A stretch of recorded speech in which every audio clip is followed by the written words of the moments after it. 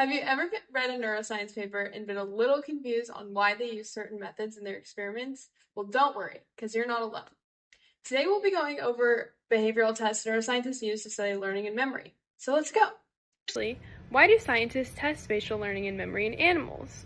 Well, spatial learning and memory tells us whether a subject can recall a certain event or environment.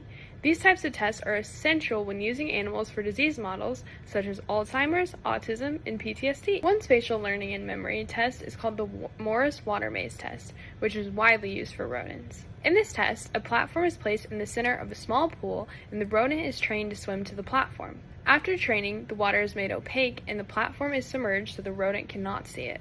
The rodents, however, can rely on environmental cues to find the platform. The time the animal takes to reach the platform is recorded, and if the rodent takes more than 1 minute, the scientists will guide them to safety. After field trials of this, the platform is removed from the pool. The animal is again placed into the pool, and the amount of times the animal crosses the space where the platform was formerly located is recorded. Rodents that can find the platform and gravitate toward the platform's original location even when the platform is removed, display a healthy working and reference memory. A second working memory test is known as the T-test. This test is a simple apparatus that is shaped as a T.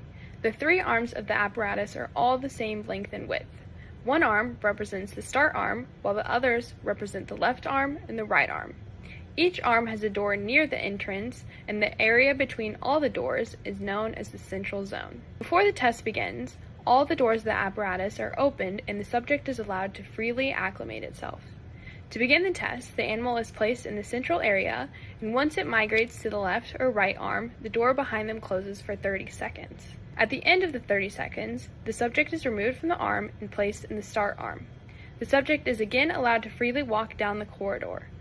Rodents naturally prefer to explore novel arms, so if the rodent chooses the opposite arm the second time, they've displayed a working memory as they can remember the arm that they were formerly in.